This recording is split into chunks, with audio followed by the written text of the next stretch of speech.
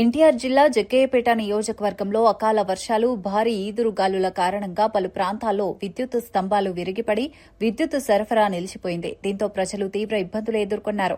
ఈ విషయంపై IBTV MD and Telangana Jaggayyapeta నియోజకవర్గ మీడియా ప్రతినిధి వై నాగేశ్వరరావు విద్యుత్ శాఖ అధికారులను సంప్రదించి పరిస్థితిపై వివరణ కోరారు. దీనికి స్పందించిన AP CPDCL Vijayawada rural executive engineer T Ravichandra వెంటనే పునరుద్దరణ పనులను వేగవంతం చేయాలని సిబ్బందికి ఆదేశించారు.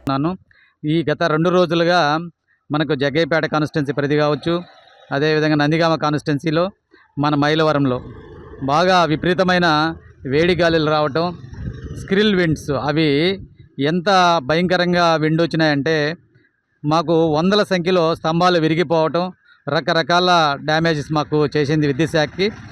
అయినను విద్యుత్ శాఖ సిబ్బంది రేత్రి పగలు కష్టపడి అందరికీ మైలవరంలో కరెంట్ ఇవ్వడం జరిగింది. నందిగామలో కూడా కరెంటు పునరుద్ధరించాం.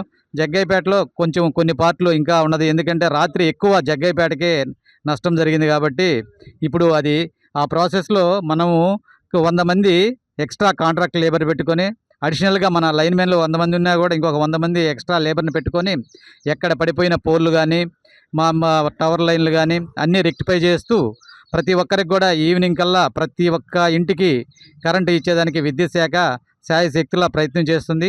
గౌరవ సీఎండీ గారి ఆదేశాల ప్రకారము ప్రతి ఇంటికి మేము విద్యుత్తు ఈవినింగ్ లోపల పునరుద్ధరించి ప్రేక్షలేక మనల్ని పొందుతామని తెలియపరుచుతున్నానండి.